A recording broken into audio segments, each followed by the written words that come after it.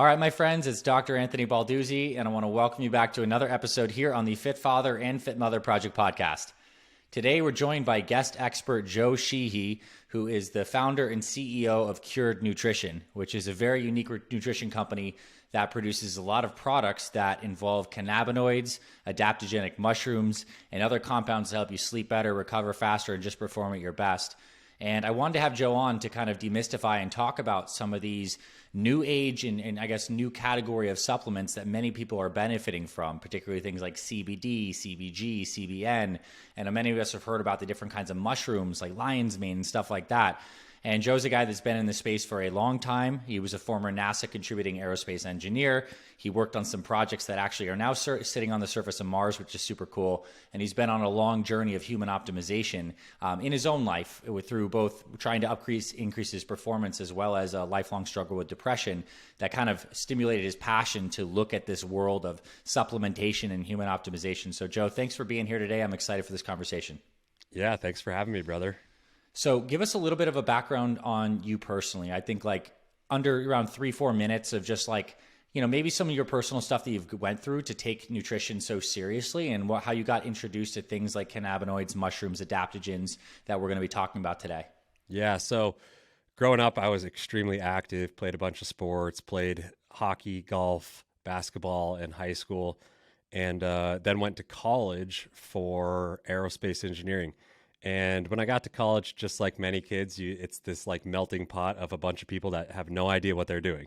And so we get to college and we're like, okay, I think this is my path. But so many of us can actually lose ourselves. And I lost myself in college for sure. In the year 2012, found myself on the edge of a bridge. I came out of a blackout, actually, and I was about to end my life. And the truth was, I had a really big lack of integrity at that point. I wanted to be somebody that was building a life that was respectable and focused on health and fitness, but I was honestly just making terrible decisions with the people I surrounded myself with. And that dissonance between who I really wanted to be and who I actually was caused a lot of anxiety and really turned into depression and me almost killing myself. I was pulled out of Boulder, Colorado by my parents and moved back home and was really lonely for several years. But it was a reset. It was a restart at my life. And at that time, bodybuilding and actually running both saved my life. If it weren't for bodybuilding and running, I don't know if I would be here because I still struggled with depression for quite a few years after that time.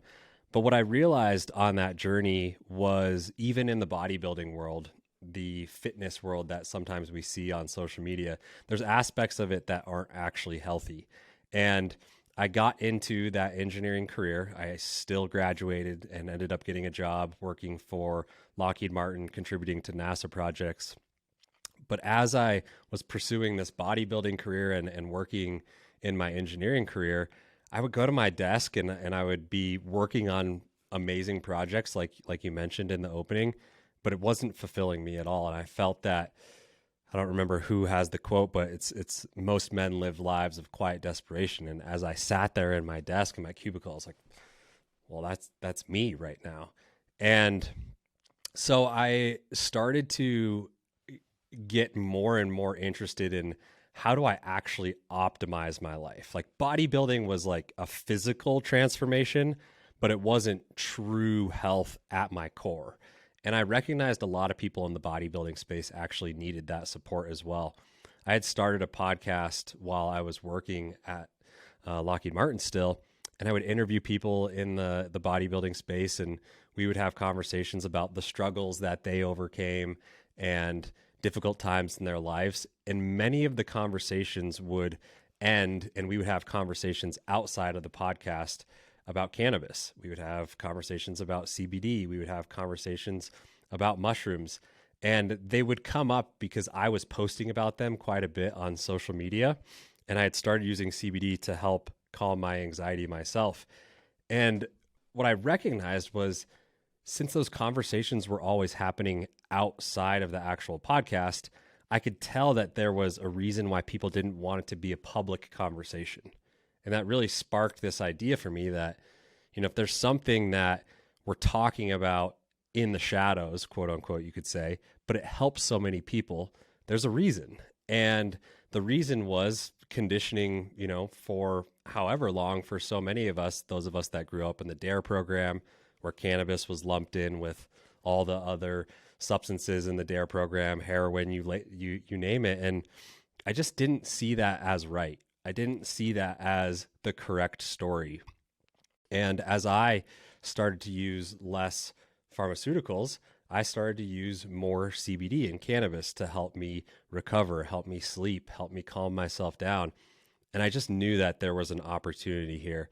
And long story short, my boss kept belittling me, and I was extremely frustrated at the time with finding myself really desperate for something else in life. And it all came to a head one time where I started feeling myself getting depressed again. And the truth was I wanted to be doing something else, but I was still showing up and, punching in, punching out, and just desperately living the days away in my engineering career. And my boss actually gave me a gift. I sat in a therapist's office and shared my story about what I wanted to do and the conversations that I was having and how I was still stuck in my career. And my therapist reached into his desk and he pulled out a card and he handed it to me. He had written something on the card, and on the back of the card, it said permission. And he goes, "Joe, you know what? You have an incredible idea to go help people. But what's going on right now is you're waiting for permission from the outside world, and nobody's going to give it to you. You just need to give it to yourself." And I actually ended up putting my letter of resignation in that same night after I met with that therapist. And the next day I woke up, and that started the journey of what is now Cured Nutrition. I didn't have a company, but I had an idea. And it's now 5.5 years later where we've been developing what I believe are the most forward-thinking supplements on the market, and really just trying to change the narrative and educate people around what we can actually do with natural, holistic type supplements to optimize our lives. And that's the Cured of today. Nice. So cool. What a journey. And I think that many people can relate, even though they probably haven't had the same direct life experience as pivoting into a deep calling and career as you did, but the idea of permission, the idea that we must kind of like step up and give ourselves the own blessing and opportunity to go for something. I think people listening to this have given themselves permission to focus on their health, like that they're worth it and that their dreams are worth it, and maybe the fear of pushing into the unknown is worth it. And then the benefit is, you get to explore and grow and ultimately create stuff like you have that helps people. So on that note, I'd like to kind of transition into what I consider like the education, myth-busting component of this episode today. And I want to ask you, the first thing is can you define what CBD is and why it's different than THC? I mean, many people listening to this grew up in the 70s, perhaps. They are familiar with cannabis, weed, marijuana. But now we know a lot more about this stuff. We've done a lot of science, and there's some certain extracts that are different than others. So what is CBD and why is it different than THC? Yeah, it's a very important question. So CBD stands for cannabidiol, and that's one cannabinoid out of what we're believing to be over 100 cannabinoids in the cannabis plant right now. And you mentioned a couple terms there that I just want to zoom in on because they're really important. So cannabis is kind of like the genus, and then down below it, you can have hemp, and then you can have marijuana. And marijuana is typically what people think about when they think THC and they think about getting high. And hemp is more industrial. You could make clothing out of it. You could make fuel out of it. But we actually extract all of our extracts from the hemp plant. And the difference between the two, really, from a legal perspective, is that hemp is cannabis with less than 0.3% THC, and marijuana is cannabis with greater than 0.3% THC. Now, what's happening with all those other cannabinoids can vary depending on the plant, but the actual marker between the two is the concentration of THC. So CBD is one out of over 100 cannabinoids in the cannabis plant. THC is another. THC is the cannabinoid tetrahydrocannabinol, which is typically known for the intoxicating effects that get you high. But CBD is non-intoxicating. It does have psychoactive effects, as in it can help you calm. It does have an effect in the brain, but it's not actually going to get you high. And CBD is what many people are looking to for the anti-inflammatory like effects and the calming effects, whereas THC at very low levels is actually helping a lot of people. And it's more so for like pain reduction, but the higher concentrations of it that you get, then you start to feel that intoxicating high effect. So we said CBD and THC, and then you'll hear of other cannabinoids such as CBN, CBG, THCV, CBC, and they all have different types of benefits. And so it's a very exciting time in this world because the extracts can contain different concentrations of all those cannabinoids that I just mentioned. But hopefully that explains more so what CBD is and where it comes from in the hierarchy of the cannabis plant. Yeah, that was a great explanation for sure. And I want to maybe interject a couple factoids that I know, and you can clear it up if I'm wrong about this. But yeah, our system, the human nervous system, has its own endocannabinoid receptors, and we have our own endocannabinoids themselves. Like we produce a compound called anandamide, which would be one example. And they find that people who get deep into meditation, or sometimes if you're in a peak state, that sometimes your body's actually just releasing these own cannabinoids that we produce endogenously, and they make us feel a certain way. But now we know also externally coming from the cannabis plant itself, but ideally from hemp, from a legal perspective, you're getting these cannabinoids, they can have an effect.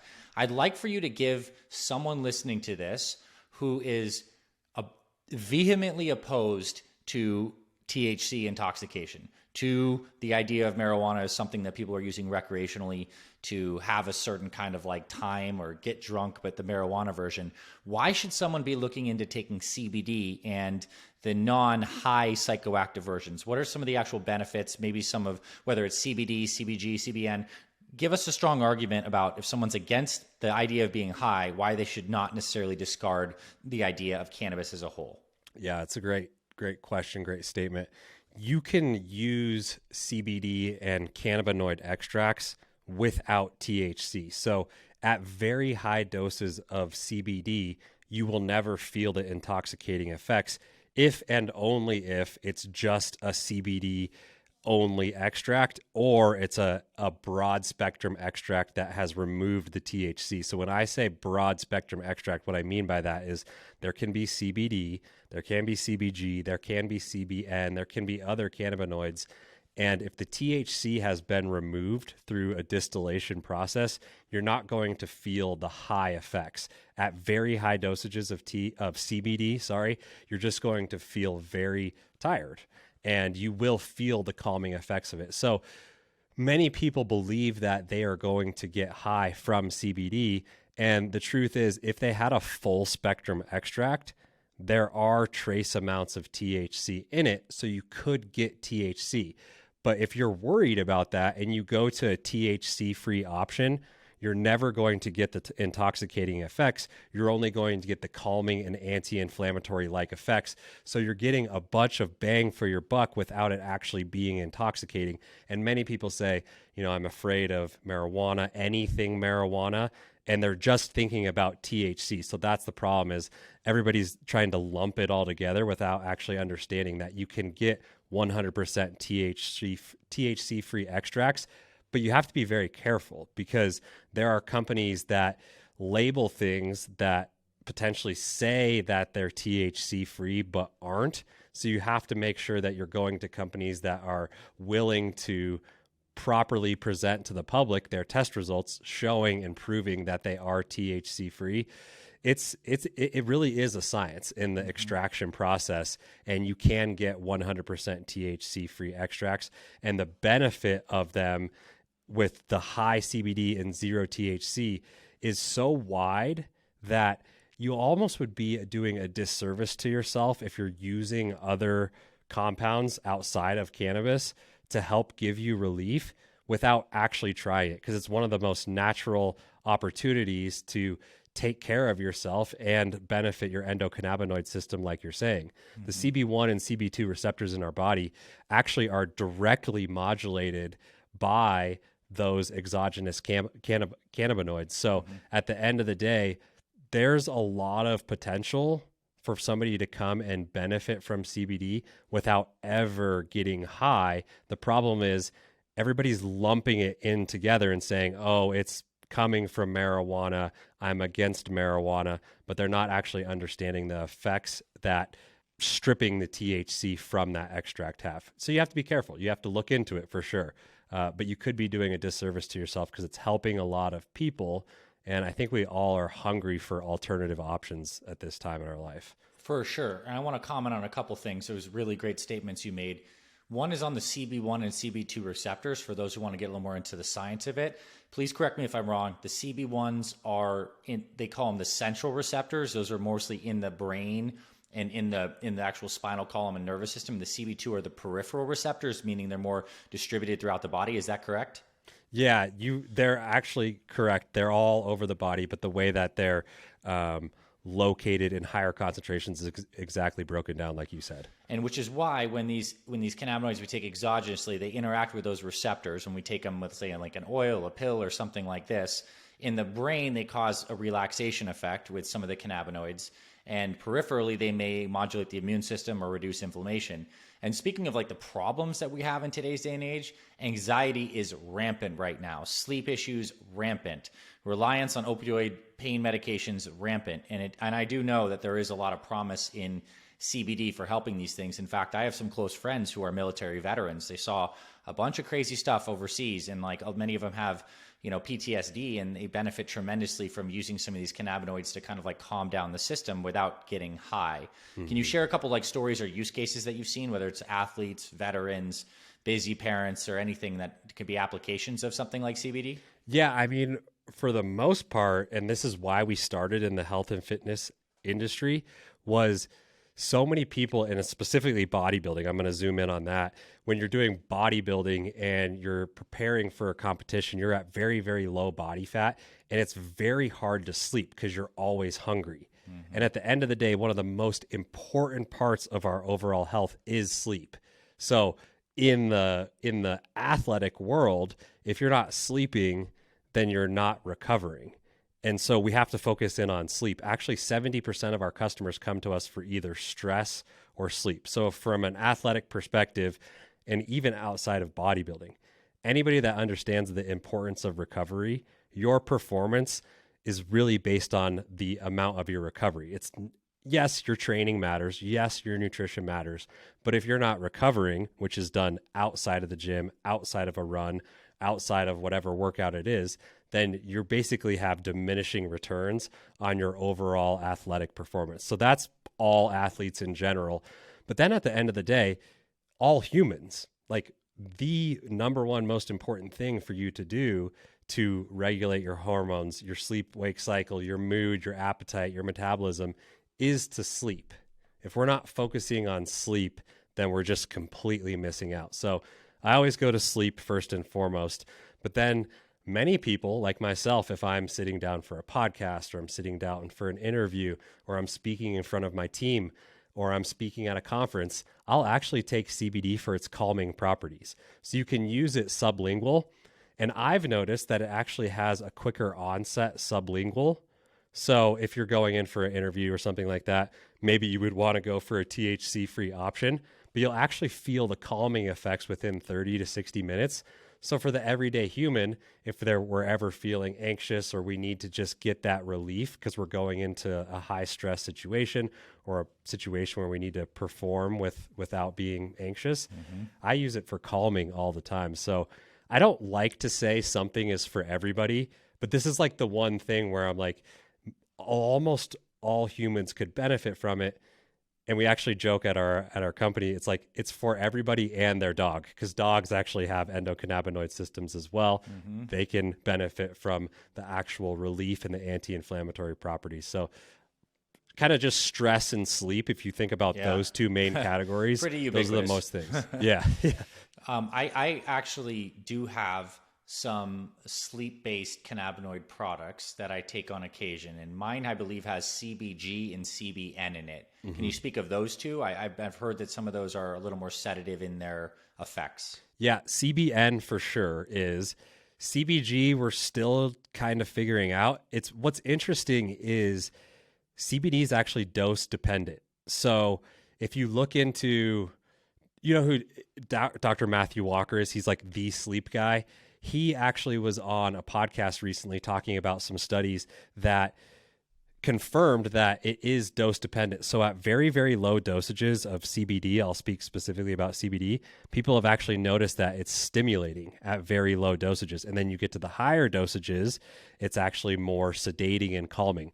So with CBN, between like 5 and 10 milligrams, most people are noticing it has more of a sedative like effect.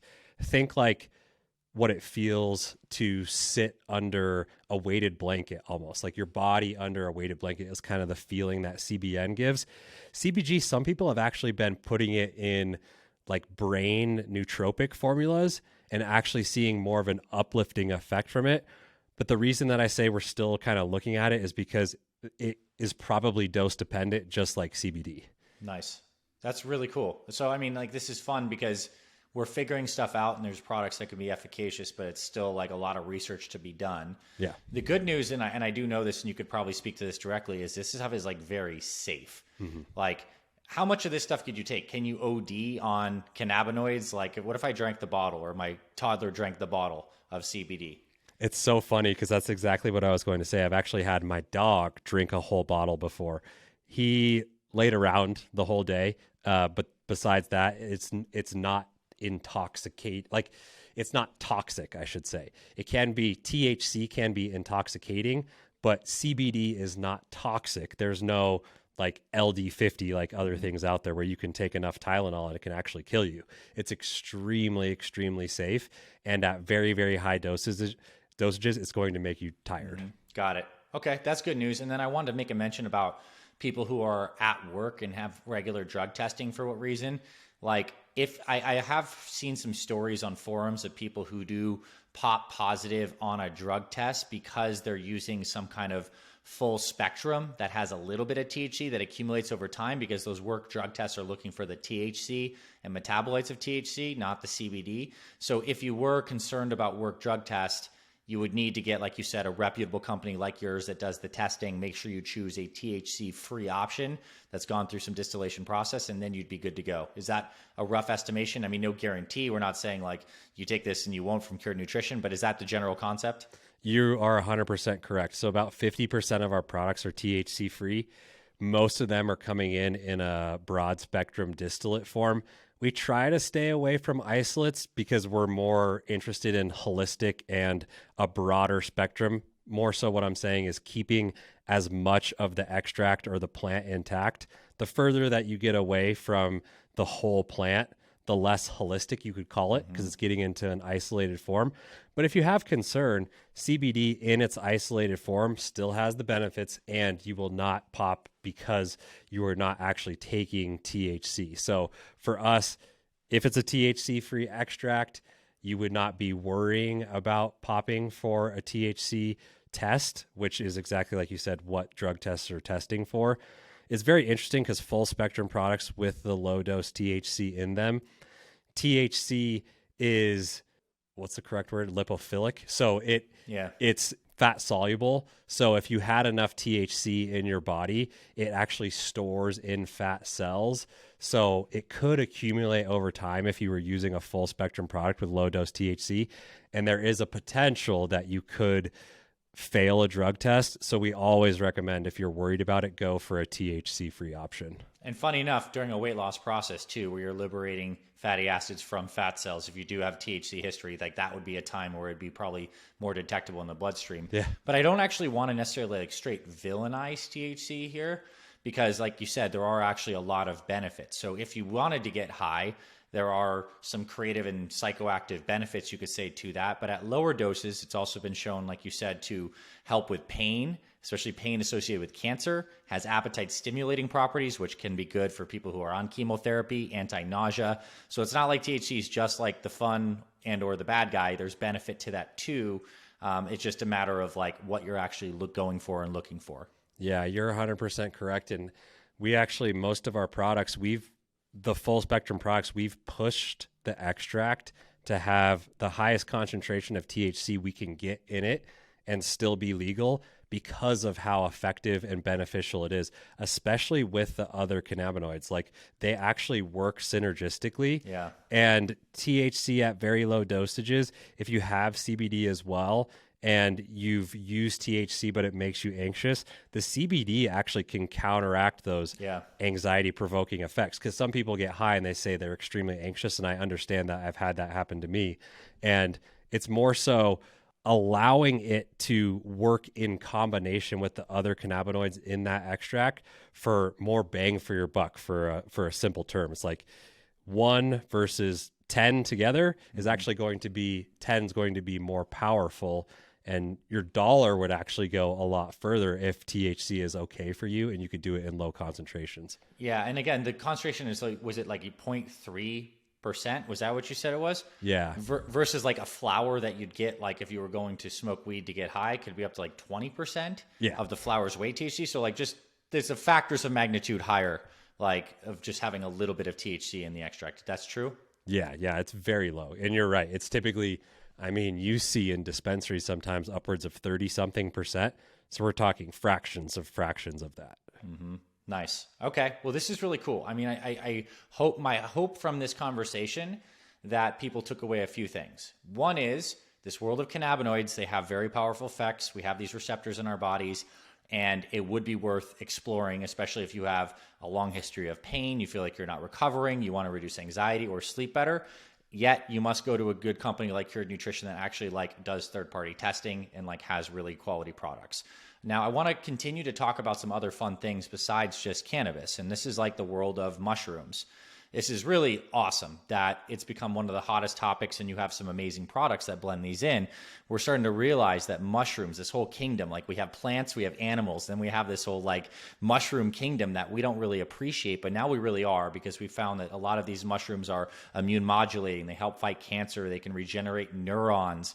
And then there's the whole variety of them that have psychedelic effects as well that are now being studied in the fields of like PTSD, depression, stuff like that. You obviously don't sell the psychedelic version of these, but you do have a lot of these key mushrooms in there. So let's talk about some heavy hitting mushrooms that you think people should know about. We might talk about a couple specific mushrooms and just the promise of them, why people should have them on their radar. Yeah. So just like we talked about cannabis, a great way to start with the mushrooms is exactly as you said. We have culinary, which people understand. They cook with them, you know, the portobellos, the mushrooms that you get in your pizza. So culinary. And then we have functional, which is what we're going to talk about. And then we have psychedelics. So functional mushrooms have the ability to have a specific function in the body. That's why they're named functional. And we've actually had 3 different categories of mushrooms come into our products. So we have some that are more on the energy and cognitive enhancement side, which would be lion's mane and cordyceps. Cordyceps is a really cool mushroom because some endurance athletes are actually utilizing it for oxygen uptake, which is so cool. So cordyceps and lion's mane is more on like the neurogenesis side that you were saying. Lion's mane, it's a beautiful mushroom. It looks literally like a lion's mane. And then we get into like gut health and immune support. That's like turkey and chaga, turkey tail and chaga. Those are really, really good for the immune system and the overall health of your body. Your gut health could greatly benefit from them. And then you have some that are more on the calming effects as well. And that's like reishi. Mm-hmm. And we use reishi in some of our calming formulas, some of our gummies and our sleep products. And so when I say functional, you think function. What is the function? Are they going to help benefit me from an energy or a cognitive enhancement perspective, immune system perspective, or an overall calming central nervous system support? And we're really just tapping into that world. I think there's Taro, the founder of Four Sigmatic, wrote a book with clinical herbalist Danielle. It's called Healing Adaptogens, and I highly recommend that. And all the mushrooms show up in that book. But I think that I'm gonna butcher it. But I want to say that there's like 20 something different mushrooms that are identified as functional mushrooms right now. And then, of course, there's hundreds and thousands of different types of mushrooms. And we just zoomed in on the functional, and those are the ones that we use in our products. Nice. That's awesome. I'm excited to speak more about mushrooms. And I just want to define the term adaptogen for those who are listening. Basically means something that makes the system more resilient. It helps the body adapt and become more resilient to stressors of any kind. It could be an exercise stress, could be psychological stress, physical stress. So mushrooms are adaptogens, and there's also other powerful herbs that are adaptogens too that we will chat about at the end of this. Now, in terms of mushrooms, like I have experience with using a couple different kinds. Lion's mane, I actually do currently take that regularly now. I believe I use like either from Ohm or Four Sigmatic. I put a little powder sometimes in a morning drink. And lion's mane, I take that because it is neuroprotective. It's good for focus. I have used chaga in the past for immune support, but primarily when I need it. Reishi I have used in the past for some calm, but I haven't been taking that consistently. Yeah, I mean, overall, what do you take in terms of mushrooms, and where do people even start? I know it's based on the function that they want to experience, and maybe this would be a time to even chat about some of the formulations that you've made that you think are really useful that have these different mushrooms in them. Yeah, so what we actually did as a company was we have a clinical herbalist. We're based in Colorado, and we have a clinical herbalist that's in Boulder, Colorado, that actually works with patients one-on-one. So she'll create a unique formulation for them based on anything that they're working through. And we approached her and we said, hey, you know what? We want to try to serve as many people as possible. How can we take this idea of functional mushrooms, adaptogens, and cannabinoids and combine them and create a very specific function that's also scalable? So she's going from a one-on-one client perspective to then scaling. And what you have to do is you have to understand that some herbs and mushrooms have warming effects and some have cooling effects. Some are wet and some are dry. And I just mentioned that because that creates the way that those herbs and mushrooms actually work together. So if you have something that's very stimulating, like a Rise product, which is our nootropic, our focus product, we actually combine herbs and cannabinoids with lion's mane and cordyceps to balance out the product. So lion's mane and cordyceps will kind of be more of the uplifting, and CBD in that actual product as well is going to balance out the supplement. So think about taking something that's stimulating, but at the same time taking CBD that's going to balance it out so it's not overstimulating and have you have the jitters or something like that. So I use lion's mane and cordyceps almost every single day. I am somebody that does like to drink coffee as a ritual, but I'll just have 1 cup in the morning. And then I typically do our Rise product with lion's mane and cordyceps about 11 or noon. Because I try to get away from caffeine midday. Caffeine having about an 8-hour quarter life. If you're drinking caffeine at noon, you're going to have caffeine in your system later in the day. So it's a great replacement for a midday caffeine reach. If somebody typically goes for caffeine in the middle of the day, that's going to have a very negative effect at the end of your day when you're trying to fall asleep. So when we talk about sleep, it's like, well, you have to actually think about everything that you do throughout the day. So I use lion's mane and cordyceps daily, and then I use reishi daily as well. I typically use our Zen product, which has reishi and then a couple other herbs in it. And that, again, is for the overall calming perspective. But I really stick to those 3. I have used the chaga and turkey tail when I've felt like I need an immune boost, but I typically go for, I have my vitamin D and then I have my greens powder. And typically I'm pretty healthy. I'm actually getting over RSV. My daughter came down with it a couple weeks ago. But typically I'm really healthy and don't take those consistently, like you were saying. But chaga, turkey tail, again, that's immune support. So for me, lion's mane and cordyceps daily, and a reishi is daily as well. Nice. So yeah, the 2 stimulatory that you balance out with your CBD and your formula, it serves as like that extra cup of coffee that you don't need because it's just a way more beneficial way than just more caffeine at that point. And then you take evening relaxation, which probably has some cannabinoids of some sort paired with the reishi, and that's really good. I mean, that sounds like a really good way to do it. Yeah. And I'll say too, if people have any family members or friends that have cancer or immune disorders, like it'd be worth exploring some of those immune modulating mushrooms like turkey tail and chaga, because there is some actual legit research on turkey tail and cancer, and very beneficial to certain kinds of cancers, and chaga too, because they have these specific polysaccharides. So that's awesome. And I mean, I think we're looking at seeing a lot more products with this. So talk to me about, because you're on the back end of this as well as the front end, is there a big variety in quality of mushroom products in the manufacturing process? Like, what makes a good manufacturer of mushrooms versus a bad one?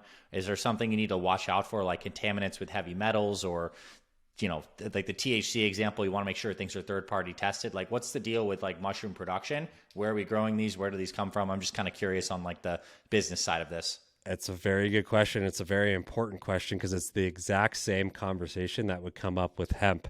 So with hemp, for example, I'll just use that as an example.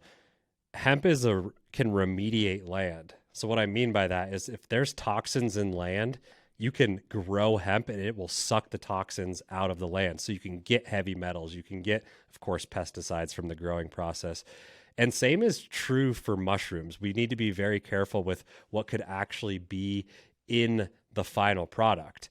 Now, heavy metals, pesticides, those types of things can show up in really any type of herb, mushroom, hemp, cannabinoid product. And so it's really important to make sure that you're getting test results. And so I mentioned this earlier, but not every company actually takes the time to do third-party testing on their products because, to be honest, it adds about 10 to 15% to our COGS. Right. So it becomes much more expensive. The company becomes less profitable. And for an uneducated consumer, it actually could be detrimental. So it could be detrimental in the fact that from the mushroom world, there aren't a lot of tests to actually prove like the concentration of mushrooms. But when you get to cannabinoids, you can actually see, okay, this product says it has 30 milligrams in it. The test shows 30 milligrams because there's a lot of testing available for those.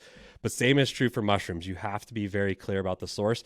There's a lot of talk about whether the fruiting body or the mycelium is more effective. So the mycelium is actually like the root system. Think about it as the underground and the fruiting body is above ground. We use the fruiting body in all of our products.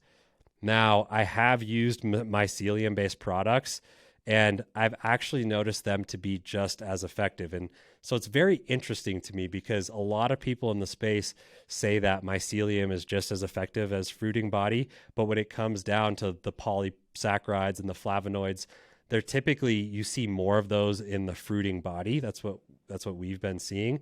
So it just really depends on what you're looking for. But the cool thing about the mycelium is that root system is the system that's actually creating what many are calling like a neural network. The biggest organism on our planet is a mushroom, and it communicates through the mycelium, through a neural type network. It almost mimics the brain. Mm-hmm. So I do believe there is a lot of benefit to the mycelium, and there's a lot of talk around it. But same is true for mushrooms and any other herb as we talk about cannabis. There is the potential for heavy metals, pesticides, those types of things to show up. Mushrooms are cultivated most of the time differently.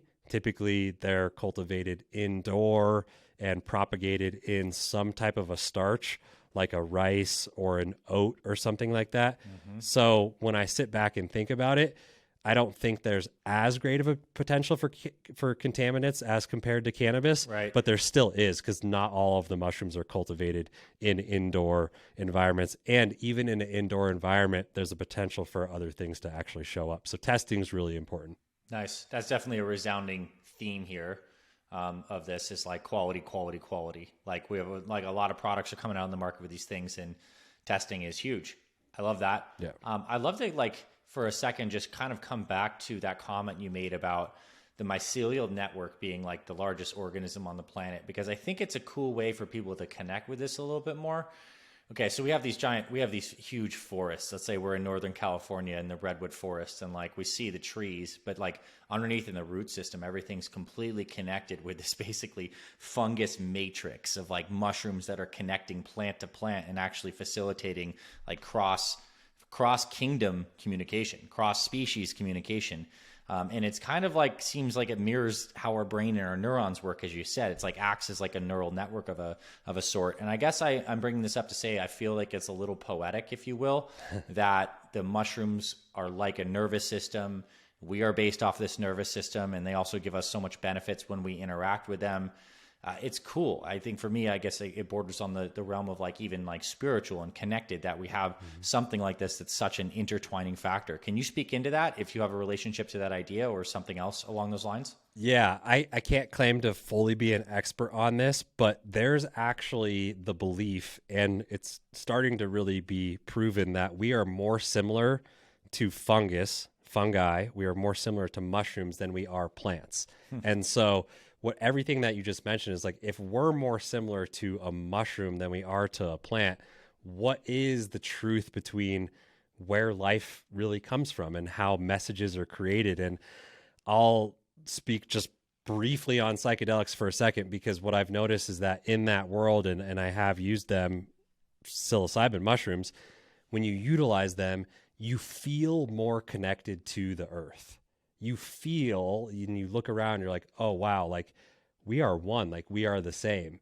And that can get off into a spiritual conversation, but I have numerous people that say the exact same thing.